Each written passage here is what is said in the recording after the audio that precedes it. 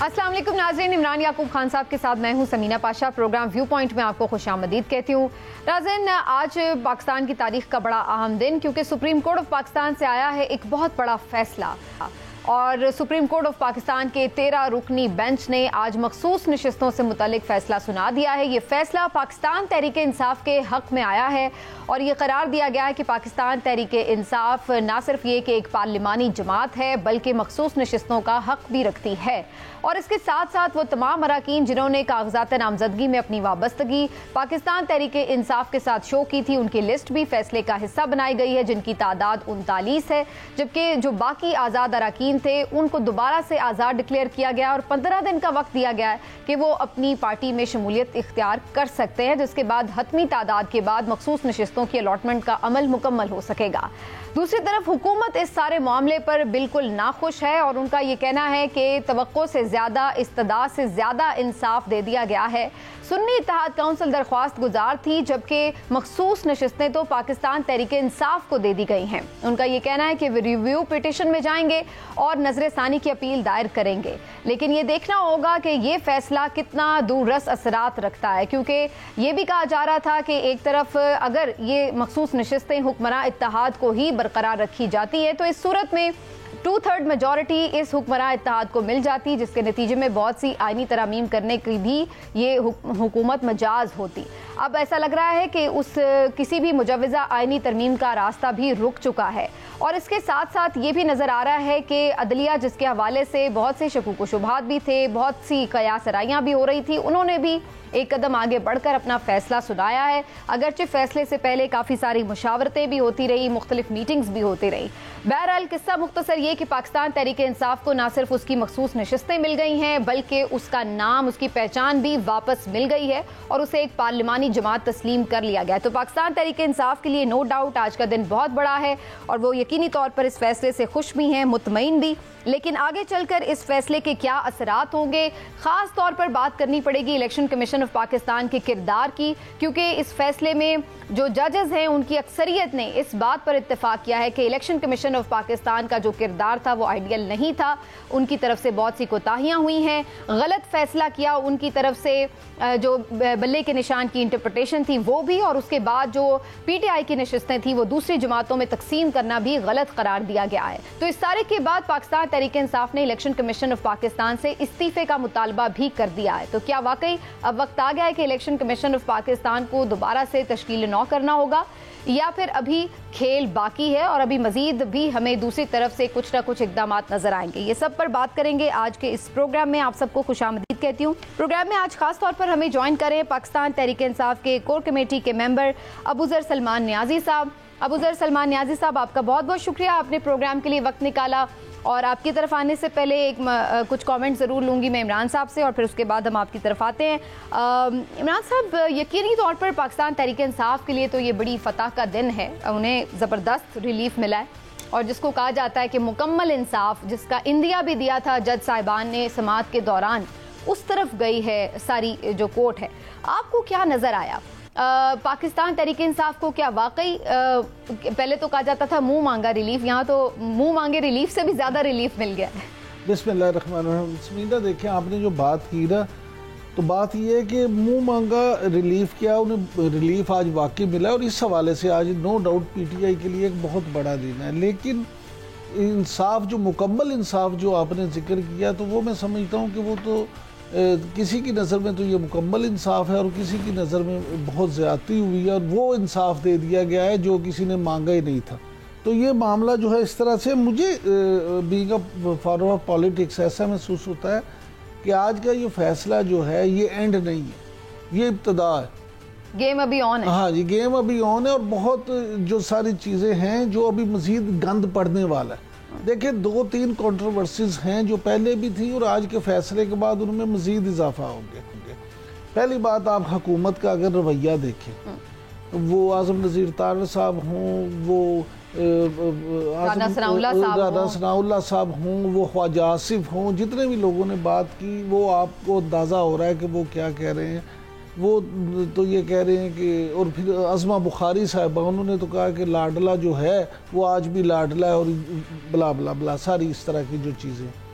दूसरी तरफ आप ये देखिए कि एक ये कंट्रोवर्सी है कि इस्टेब्लिशमेंट और अदलिया, इसके दरमियान हमेशा जो ड्रिफ्ट की बात की जाती है, और ख़ास तौर पे जो ये कहा जा रहा था कि इस्टेब्लिशमेंट की तरफ से दबाव है, ये चीज़ें हैं सारी, इस तरह की बात। तो आज आप एक चीज़ को समझ लें कि इस्टेब्लिशमेंट और पीटीआई ये बिल्कुल एक दूसरे से मुतसादिम हैं। तो क्या वो वाला जो मामला है वो मज़ीद ख़राब होने को जा रहा है, उसमें मज़ीद तेज़ी आएगी या क्या होगा? तीसरी बात ये कि जो आपने अपने इंट्रो में बात की कि 41 जो मेंबर हैं इस तरह के कि जिन्होंने अब फैसला करना है अभी कि उन्होंने किस पार्टी में जाना है।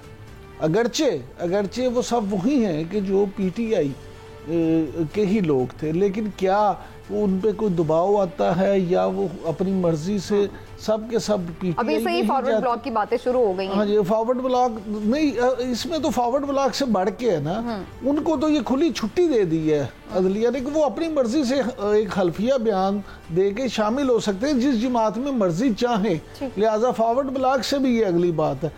हुक्मरान इत्तेहाद को 15 बंदे चाहिए अपनी 2/3 मेजॉरिटी के लिए, और अगर ये सब के सब पीटीआई में शामिल हो जाते हैं तो इनकी तादाद तकरीबन 114 हो जाएगी। यानी फिर ये इस तरह होगा पाकिस्तान में पहली दफ़ा कि जो सबसे ज़्यादा सीटों वाली जमात है वो लार्जेस्ट सिंगल मेजॉरिटी होगी, और जो हुक्मरान इत्तेहाद है उसके पास मिला के तो सीटें ज़्यादा होंगी, लेकिन वो एक पार्टी अगर आप देखें तो उनके पास सीटें कम होंगी।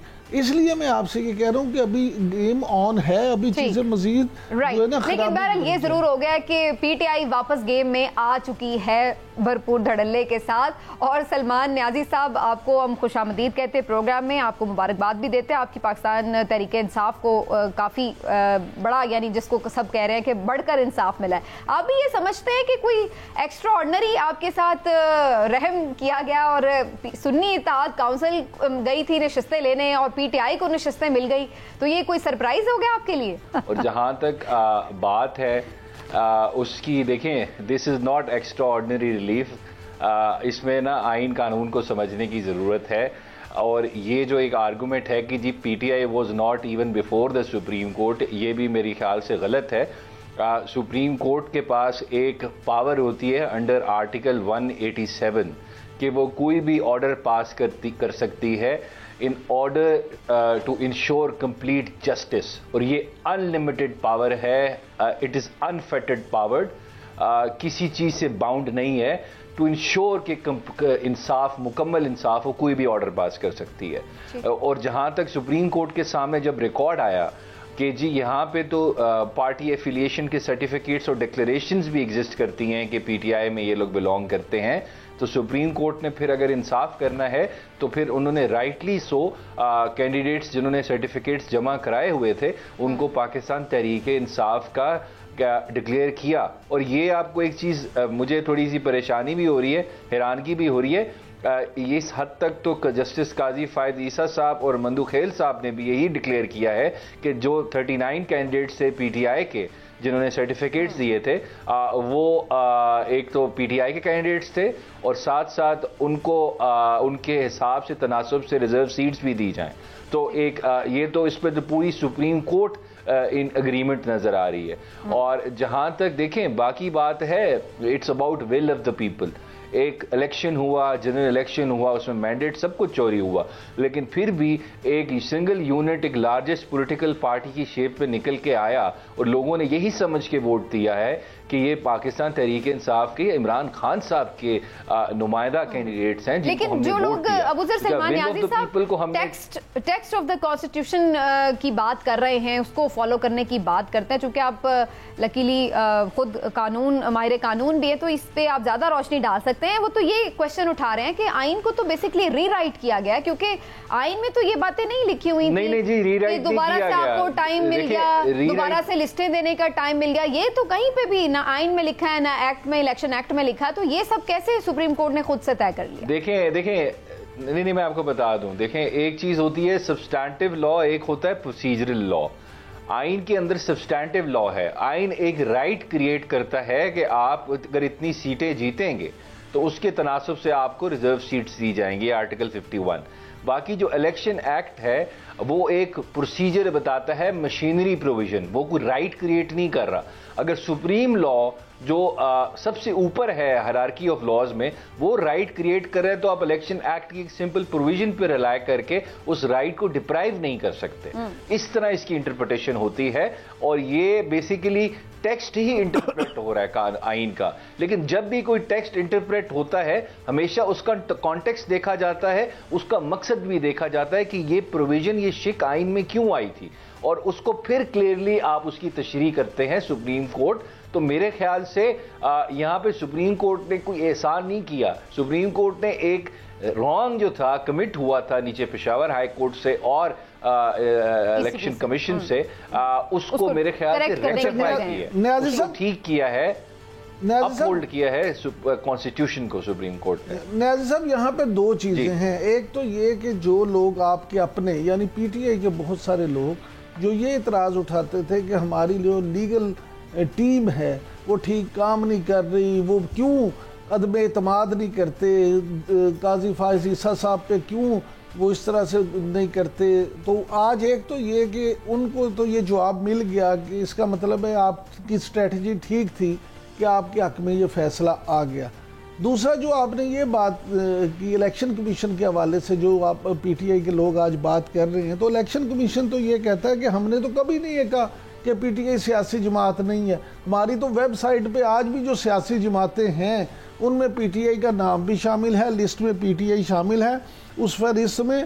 तो वो तो मुहर्रम के बाद, अशूरा के बाद उन्होंने इजलास भी कहा कि हम जुमेरात को बुलाएंगे। तो आप क्या समझते हैं इसकी लीगल पोजीशन क्या है?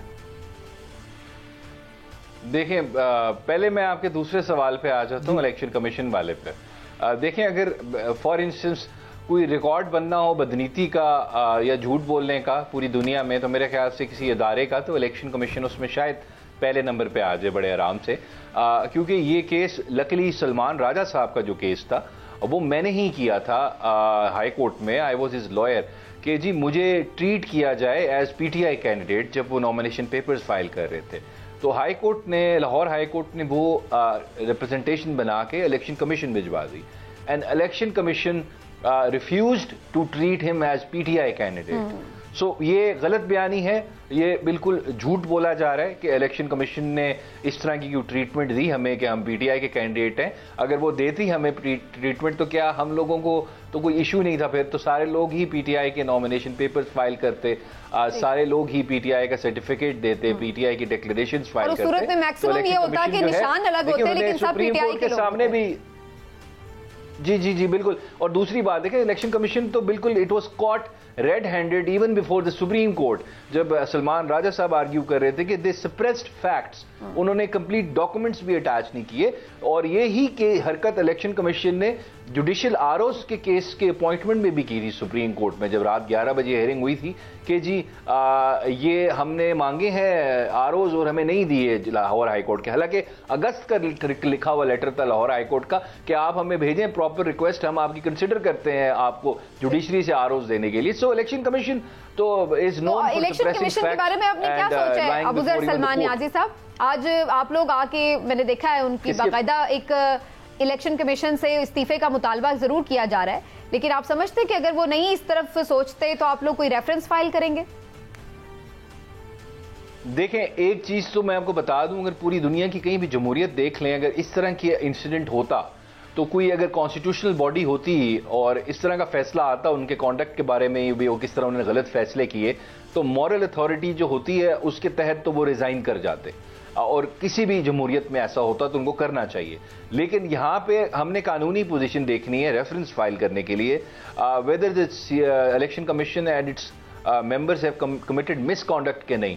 तो बिल्कुल जी मिसकॉन्डक्ट में तो फॉल करते हैं, क्योंकि उनका एक तो सप्रेशन ऑफ फैक्ट्स है, कानून के बिल्कुल पेटेंट वायलेशन, ये भी नहीं कि कोई ग्रे एरिया हो, साफ नजर आ रहा है कानून के खिलाफ जा रहे हैं, आइन के खिलाफ जा रहे हैं, और उनका कॉन्डक्ट जो है क्वेश्चनएबल है। तो बिल्कुल ये रेफरेंस का केस बनता है, हम लोग इस पे अभी फर्दर डिस्कशन करके वी विल मूव फॉरवर्ड। और हमारा मानना है सलमान राजा साहब को और उनके मेंबर्स को नहीं रहना चाहिए इलेक्शन कमीशन। अच्छा अबूजर साहब, आपने अभी जो ये बात की कि किसी भी जमहूरियत में जो है इस तरह नहीं होता, और वो इस्तीफ़ा दे देते हैं। तो क्या पाकिस्तान में आपको कोई मिसाल किसी हुकूमत में, किसी इदारे में ऐसी मिसाल मिलती है जो इलेक्शन कमीशन पे पूरी नहीं उतरती? किसी के फलां बंदे ने तो दे दिया था, फलां हुक्मरान ने इस्तीफ़ा दे दिया था, फलां चीफ जस्टिस ने इस्तीफ़ा दे दिया था।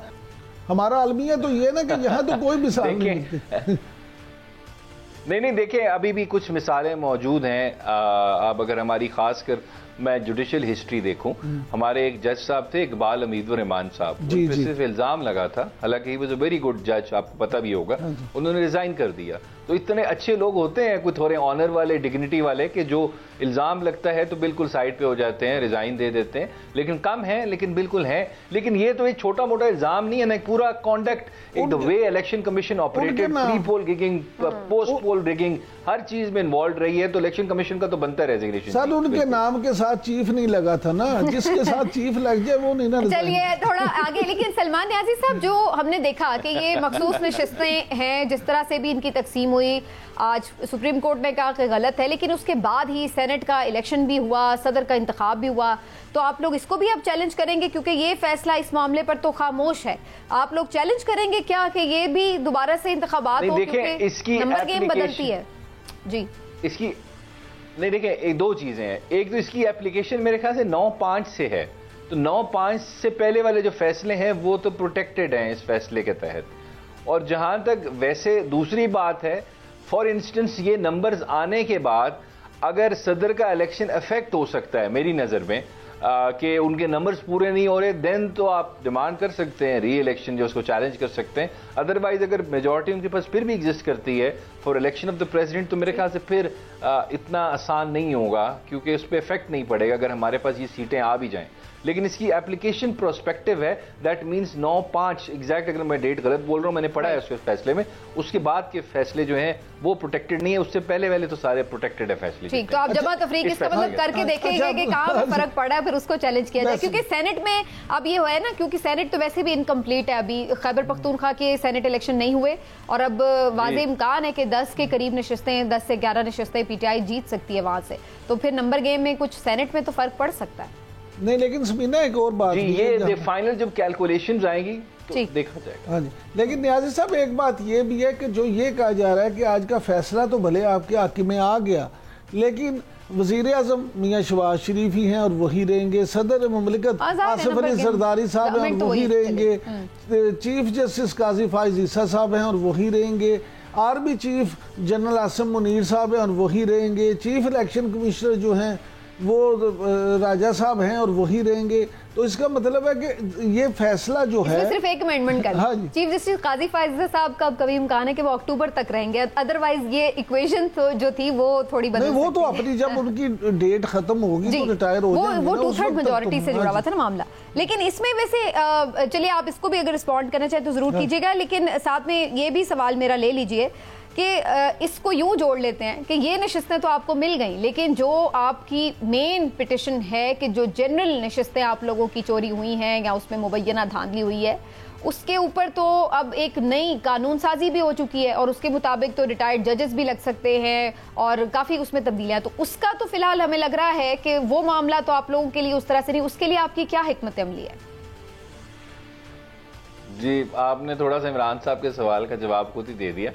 अब इसमें ऐसे था जी, एक तो ये है चीफ जस्टिस तो वो नहीं रहेंगे, तकरीबन मेरे ख्याल से 103 दिन रह गए हैं, और दूसरी बात है ये सदर और वज़ीर आज़म जो है, मेरे ख्याल से अगर जो हमारी इलेक्शन पिटिशंस हैं जिस पे हम फॉर्म 45 पे जीते हुए, अगर वो विद इन टाइम जो 6 मंथ्स का पीरियड है इलेक्शन ट्रिब्यूनल्स डिसाइड कर देते हैं, तो मेरे ख्याल से ये इक्वेशन भी चेंज हो जाएगी।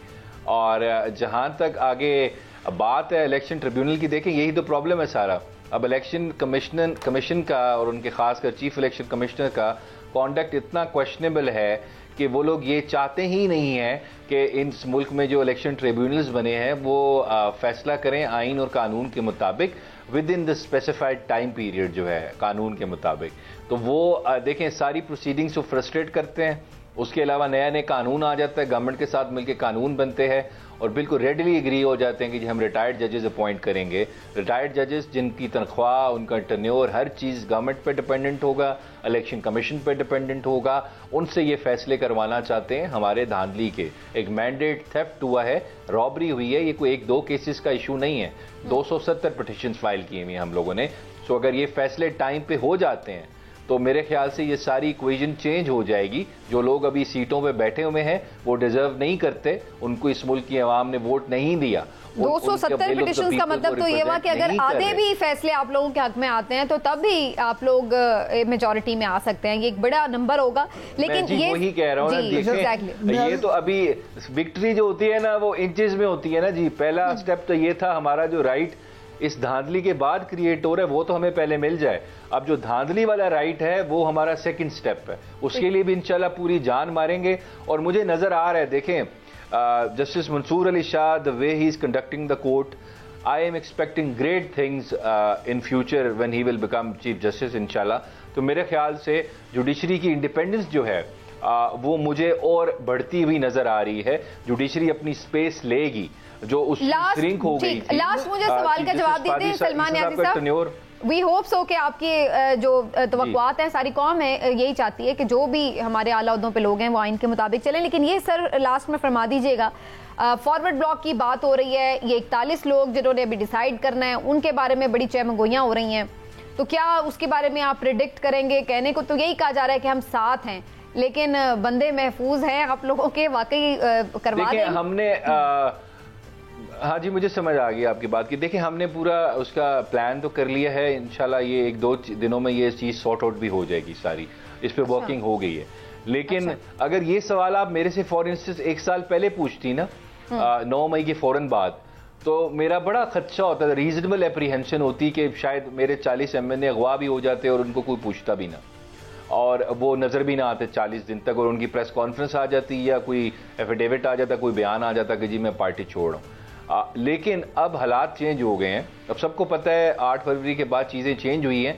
जुडिशरी अब इज मोर विजिलेंट, इंडिपेंडेंट और रिस्पॉन्सिव भी है, रिएक्ट भी कर रही है। और ये सुप्रीम कोर्ट का ऑर्डर है 15 दिन में जमा कराने हैं। सो हमें लग रहा है कि एक तो खान साहब का वोट बैंक जो है वो किसी को भागने नहीं देगा, अवाम खुद ही सवाल करेगी। दूसरी बात, सब चीजें सुप्रीम कोर्ट के सामने हो रही हैं, तो अगर कोई मिस एडवेंचर होता है कस्टोडियन खुद सुप्रीम कोर्ट, आजाद अदालतें बैठी हैं, तो इतना आसान नहीं होगा MNAs की लॉयल्टीज इस तरह चेंज करना।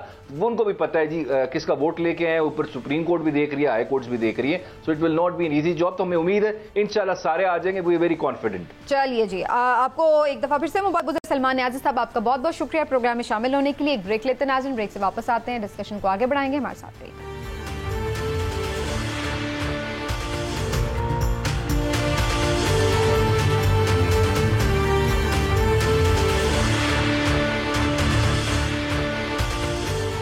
जी वेलकम बैक नाज़रीन। ब्रेक पर जाने से पहले अबूज़र सलमान न्याज़ी साहब की गुफ्तगू आपने सुनी, इस पर बहुत से मज़ीद भी पॉइंट्स है जिस पे बात करना बड़ा ज़रूरी है। इमरान साहब, एक तो हमने ये देखा कि जो हुकूमत की तरफ से स्टेटमेंट आया, लेकिन JUIF के सरबराह मौलाना साहब ने इस फैसले का खैर मकदम ही किया और उन्होंने कहा हमें कोई एतराज़ नहीं है, ना हम रिव्यू पे जाएंगे, बल्कि हम इसे तस्लीम करते हैं। उसके बाद असद कैसर साहब से उनका एक राब्ता भी हुआ है। तो आप समझते हैं कि जो उनकी तरफ से एक जो भी आप इसको ग्रेस कह लें या जो भी उन्होंने अपना एक जेस्चर शो किया है, अगर बाकी पॉलिटिकल जमातें भी ऐसे करें तो कुछ तनाव में भी कमी आ सकती है? देखें, जमीयत उलमा इस्लाम जो है इस वक्त अगर आप देखें तो मौलाना फजलुर रहमान जो है वो हुकूमत में शामिल नहीं है, वो इस वक्त अपोजिशन की सियासत कर रहे हैं। और इसमें कोई शक नहीं कि उन्होंने ग्रेस का मुजाहरा किया, लेकिन उनका यही मौक़िफ़ बनता था आज, क्योंकि वो अपोजिशन के साथ है तो उन्होंने तो अपोजिशन की ही बात करनी थी। अगर यही वो इस वक्त हुकूमत में होते तो शायद उनका मौक़िफ़ बिल्कुल मुख्तलिफ होता और वो आज इस फैसले पर तनकीद करते नज़र आते, जिस तरह के पीपल्स पार्टी के लोग कर रहे हैं, जिस तरह MQM वाले कर रहे हैं। मुस्तफ़ा कमाल साहब को आपने सुना, उन्होंने भी आज बड़ी इस हवाले से सख्त गुफ्तगू की है। तो ये क्योंकि वो हुकूमत के इताती हैं, लिहाजा मौलाना साहब ने जो बात की उसमें मुझे कोई हैरानगी नहीं हुई। इससे ये भी आपको मिलता है कहीं इंडिया के मौलाना साहब फिर PTI के और करीब हो सकते हैं? देखिए आगे चल के कुछ भी हो सकता है, लेकिन अभी मैं आपसे एक अर्ज करूं, जैसे मैं पहले भी बात कर रहा था कि मुझे ये नहीं लगता कि अभी फौरी तौर पे PTI को ये सीटें मिल जाएंगी। अभी पीटीआई के लिए काफ़ी इम्तहान जो है ना बाकी है। आप एक बात को देखें कि जो बात राना सनाउल्लाह साहब का हमने यहाँ पे शॉर्ट भी चलाया कि वो कहते हैं रिव्यू का केस तो बनता है। अब अगर ये रिव्यू में जाते हैं तो रिव्यू में हुकूमत जाती है अगर, तो उसमें ये तो नहीं है कि 2 दिन में फैसला हो जाएगा, ये चीजें अभी मजीद लिंगर। लेकिन उस वक्त तक ऐसा थोड़ी है कि पीटीआई को सीटें ही नहीं मिलेंगी। ओहो, मैं कह रहा हूं ये जो 15 दिन का प्रोसेस है ये इसी तरह होगा, उसके मुताबिक उनको सीटें भी मिल जाएंगी। जब तफसीली फैसला आएगा उसके बाद हुकूमत रिव्यू पिटीशन फाइल करेगी, और वो रिव्यू पिटीशन कब समाअत के लिए फिक्स होती है वो भी एक ऑप्शन होगा। और उसके अंदर बीच में गर्मियों की छुट्टियां भी आ गई हैं, और फिर उसके बाद जब कभी वो दोबारा रिव्यू पिटीशन लगेगी, फिर जैसे आपने कहा कि उसके ऊपर फिर दोबारा से समाअत भी होगी। आमतौर पर रिव्यू पिटीशन में जो फैसले का कोई नक्स होता है सिर्फ उसी के ऊपर बात होती है। तो ये अगर सब कुछ होता है तो इस दौरान ये नहीं है कि वो नशिस्तें पीटीआई के पास नहीं होंगी, उन्हें तो वो फिर भी मिल जाएंगी। आगे चल के उसके बाद क्या होती है खींचातानी, वो एक अलग कहानी है। बिल्कुल ठीक है। अब मुझे ये बताएं कि अगर कोई ऐसा मामला होता है कि वो सुप्रीम कोर्ट में जाते हैं और सुप्रीम कोर्ट उनको स्टे दे देती है कि ठीक है आप, वही तो मैं कह रही हूँ कि रिव्यू में जाने के लिए भी सुप्रीम कोर्ट में या स्टे लेने के लिए भी अभी बहुत लंबा टाइम बीच में नजर आ रहा है कि जब तफसीली फैसला आएगा उसके बाद रिव्यू पिटीशन आएगी। आगे वैसे ही चूंकि छुट्टियां भी हैं, और आप ये समझ रखिए कि चूंकि ये ऑलरेडी फुल कोर्ट का फैसला था जो 13 रुकनी अवेलेबल था उस वक्त, तो इसके लिए कोई छोटा बेंच तो नहीं बनेगा। इसका मतलब है कि और फिर उतना ही बेंच जो है वो रिव्यू के लिए बड़ा बेंच ही बनेगा। बड़ा बेंच बनेगा। रिव्यू के लिए तो मैं यही तो कह रही हूं वो इतना आसानी से उसकी इतनी आसानी गर्मियों में तो उसकी दस्तयाबी नहीं होने लगी ना कि सारा बेंच बैठ जाए। मैं ये कह रहा हूँ कि आसानी कुछ भी नहीं है, यही तो मैं अर्ज कर रहा हूँ आपको, यही बात समझाने की कोशिश कर रहा हूँ कि आसानी किसी के लिए नहीं है। जो मैंने सबसे पहले बात की थी अपने, मेरा सिर्फ आपकी बात पे ये तराज था जो आप ये कह रहे थे कि अभी मिलेंगी नहीं। मैं ये कह रही हूँ कि मिल जाएंगी, उसके बाद हुकूमत अपनी गेम करेगी, या वो जो भी पिटिशंस में जाती है या वो सिर्फ वो एक अलग मामला है। लेकिन बज़ाहिर ऐसा लग रहा है कि ये अब नशिस्तें जो है पीटीआई को मिल भी जाएंगी। और उसके अलावा ये भी देखना होगा कि जब इतनी बड़ी 11 जो 8 नहीं है 11 लोग हैं जो ये समझते हैं कि उनको भी नहीं मिल सकती। 8 तो वो है ना जिनका ये ख्याल था कि पीटीआई को मिलेंगी, 11 वो हैं जो समझते हैं कि हुक्मरान जमात को नहीं मिल सकती। देखिए ये तो एक सीधी सी बात है ना, 11 क्यों समझते हैं? मेरे ख्याल में तो 13 को समझना चाहिए। उसकी बुनियादी वजह ये है कि चले ये एक मान लिया कि ये सीटें पीटीआई की नहीं बनती, मान लें, फर्ज कर दें, तो फिर भी मुस्लिम लीग नून या पीपल्स पार्टी की कैसे बनती हैं? वो तो बन ही नहीं सकती उनकी। तो मैं यही तो आपको कह रही हूँ कि रिव्यू में भी जाएंगे तो 17 इस वक्त टोटल जजेस की तादाद है, जिसमें से 11 जजेस ऑलरेडी कह चुके हैं कि इनको तो ये नहीं मिलने वाली। तो अब 11 से ज्यादा कितने लोग ही लेके आएंगे अपने हाथ पे फैसला कराने के लिए? पाकिस्तान में ना सारी चीजें फैसले के लिए नहीं होती, इम्प्लीमेंटेशन के लिए नहीं होती। बहुत सारी चीजें सिर्फ चीजों को लिंगर ऑन करने के लिए भी होती हैं कि तुसी लो या ना लो, अगले नहीं मिलना चाहिए था। ये बड़ी इससे ज्यादा मेरा ख्याल है ये इंटरेस्टिंग है देखना। अबूजर सलमान न्याजी साहब काफी कॉन्फिडेंट हैं कि उनके लोग उनके साथ होंगे। इसके ऊपर हुक्मरान जमातों के लोग और उनके हामी जो तर्जुमान हैं वो भी आके ये बताते हैं कि जी फॉरवर्ड ब्लॉक पे काम हो चुका है। आपको नजर आ रहा है कोई फॉरवर्ड ब्लॉक पीटीआई में? मैं अर्ज करूं, इस बात से मैं अबूजर सलमान न्याजी साहब की 100% मुत्तफिक हूँ कि अगर ये बात उस वक्त होती 8 फरवरी के फौरी बाद तो उस वक्त कुछ पोजीशन और थी। लेकिन अब सूरत हाल कुछ हो रहा है, और फिर ख़ास तौर पे आज के सुप्रीम कोर्ट के फैसले के बाद देखिए सियासी जो लोग होते हैं ना, उन्होंने वैसे तो पूरी दुनिया में एक कानून है कि चढ़ते सूरज की लोग पूजा करते हैं, लेकिन असल चीज़ ये है कि सियासी लोग जो हैं वो टेम्परेचर देखते हैं, वो इन चीज़ों को देखते हैं कि आगे उन्हें क्या नज़र आ रहा है। तो मैं एक अर्ज़ करूँ आपसे कि इमरान खान, आप 1001 इख्तलाफ करें किसी की भी बात से, लेकिन इस वक्त मौजूदा सिनेरियो में जो मौजूदा सूरत हाल है सियासी, उसमें इमरान खान और उनकी पार्टी पाकिस्तान तहरीक इंसाफ इस वक्त मकबूल तरीन जमात है। इमरान खान को सियासी तौर पे आप इस तरह से नहीं मार सकते। इमरान खान की सियासी जो फेलियर है वो ऐसे ही होगा कि वो एक दफ़ा फिर हुकूमत में आए और फिर पहले की तरह परफॉर्म ना कर पाएँ, फिर लोग उनके खिलाफ हों, उनको वोट ना दें। अगर आप ये समझे कि ज़बरदस्ती आप इमरान खान को ख़त्म कर लेंगे तो वो मुझे बज़ाहिर ऐसा मुमकिन नहीं आता। या तो फिर हुकूमत जो है वो इस तरह की एक्स्ट्रा ऑर्डिनरी परफॉर्मेंस दे दे तो, और यहाँ तो फॉरवर्ड ब्लॉक की बात है ना, फॉरवर्ड ब्लॉक फिलहाल नजर नहीं आ रहा मुझे, और लोग जो हैं पीटीआई के वो कनेक्टेड हैं अपनी पार्टी के साथ, ये इनकी खाम ख्याली है इस वक्त देखिए को बहुत ज्यादा दबाव हो तो मैं कह नहीं सकता, लेकिन इस वक्त मुझे नहीं लगता कि कोई बड़ी तादाद में उन 41 में से लोग इस तरफ आए। ऑल राइट, अबूजर सलमान न्याजी साहब काफी कॉन्फिडेंट हैं कि उनके लोग उनके साथ होंगे। इसके ऊपर हुक्मरान जमातों के लोग और उनके हामी जो तर्जुमान हैं वो भी आके ये बताते हैं कि जी फॉरवर्ड ब्लॉक पे काम हो चुका है। आपको नजर आ रहा है कोई फॉरवर्ड ब्लॉक पे? मैं अर्ज करूं, इस बात से मैं अबूजर सलमान न्याजी साहब की 100% मुत्तफिक हूँ कि अगर ये बात उस वक्त होती 8 फरवरी के फौरी बाद तो उस वक्त कुछ पोजीशन और थी, लेकिन अब सूरत हाल कुछ हो रहा है। और फिर ख़ास तौर पे आज के सुप्रीम कोर्ट के फैसले के बाद देखिए सियासी जो लोग होते हैं ना, उन्होंने वैसे तो पूरी दुनिया में एक कानून है कि चढ़ते सूरज की लोग पूजा करते हैं, लेकिन असल चीज़ ये है कि सियासी लोग जो हैं वो टेम्परेचर देखते हैं, वो इन चीज़ों को देखते हैं कि आगे उन्हें क्या नज़र आ रहा है। तो मैं एक अर्ज़ करूँ आपसे कि इमरान खान, आप 1001 इख्तलाफ करें किसी की भी बात से, लेकिन इस वक्त मौजूदा सिनेरियो में जो मौजूदा सूरत हाल है सियासी, उसमें इमरान खान और उनकी पार्टी पाकिस्तान तहरीक इंसाफ इस वक्त मकबूल तरीन जमात है। इमरान खान को सियासी तौर पे आप इस तरह से नहीं मार सकते। इमरान खान की सियासी जो फेलियर है वो ऐसे ही होगा कि वो एक दफ़ा फिर हुकूमत में आए और फिर पहले की तरह परफॉर्म ना कर पाएँ, फिर लोग उनके खिलाफ हों, उनको वोट ना दें। अगर आप ये समझे कि ज़बरदस्ती आप इमरान खान को ख़त्म कर लेंगे तो वो मुझे बज़ाहिर ऐसा मुमकिन नहीं आता। या तो फिर हुकूमत जो है वो इस तरह की एक्स्ट्रा ऑर्डिनरी परफॉर्मेंस दे दे तो, और यहाँ तो फॉरवर्ड ब्लॉक की बात है ना, फॉरवर्ड ब्लॉक फिलहाल नजर नहीं आ रहा मुझे, और लोग जो हैं पीटीआई के वो कनेक्टेड हैं अपनी पार्टी के साथ, ये इनकी खाम ख्याली है इस वक्त देखिए को बहुत ज्यादा दबाव हो तो मैं कह नहीं सकता, लेकिन इस वक्त मुझे नहीं लगता कि कोई बड़ी तादाद में उन 41 में से लोग इस तरफ आए। ऑल राइट, चलिए जी एक ब्रेक लेते हैं, ब्रेक से वापस आकर कुछ मजीद चीजें डिस्कस करेंगे। एक दो अहम फैसले हुए हैं, बानी पीटीआई की जो भारतीय रहनुमाओं के साथ अडयाला जेल में मुलाकात हुई है उसके ऊपर भी बात करेंगे, और फिर आज फिर से एक दफा बात करेंगे कि जो बिजली के झटके लग रहे हैं आवाम को, ये किस तरफ लेके जाएंगे सिचुएशन को। एक ब्रेक के बाद हमारे साथ रहिए।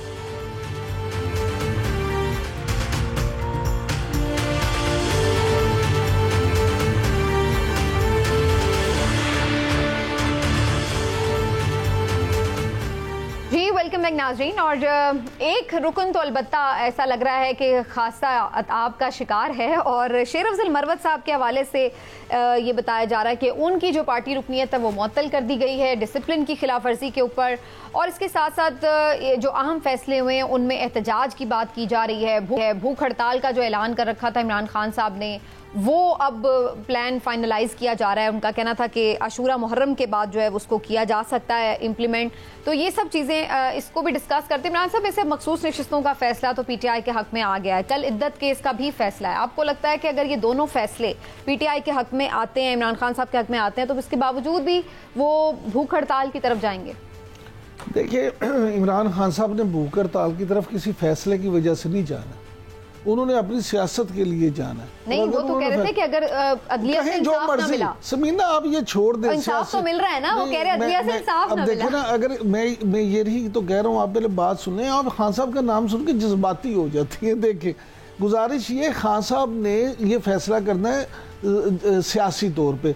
अब अगर से इंसाफ की बात थी तो आज तो उन्हें मोर देन इंसाफ मिल गया, अब तो उसकी कोई वजह बाकी नहीं रही कि वो भूख हड़ताल करें। लेकिन अब भी अगर वो कहें कि मैं अशूरा के बाद हड़ताल करूंगा, तो इसका मतलब है कि पहले भी इंसाफ वजह नहीं थी और अब भी इंसाफ वजह नहीं है, वजह सियासी है। दूसरी बात यह है कि शेर अफजल मरवत साहब की जो बात है, एक चीज़ को समझिए कि जो पीटीआई के अंदर ग्रुपिंग है, आप जो फॉरवर्ड ब्लॉक की बात कर रही थी ना, अब इस पोजीशन में अगर आप आ जाएंगे, जो वहाँ पे ग्रुपिंग है और वो लोग जो ये समझते हैं, वो शेर अफजल मरवत साहब हों या अफरीदी साहब हों या दूसरे लोग हों, वो जो लोग जो ये समझते हैं कि इस नए ग्रुप ने हमें पार्टी को हाईजैक कर लिया, हाँ साहब को हाईजैक कर लिया और हमें वो हमारी ड्यू प्लेस नहीं मिल रही, ये ज़रूर पार्टी से अलग हो सकते हैं। और हो सकता है कि पीछे कोई कुव्वतें भी सरगर्म हों, जो जिन्होंने इन पे वर्किंग की हो और उस वर्किंग के बाद इनमें ये एहसास पैदा किया गया हो या उसको मज़ीद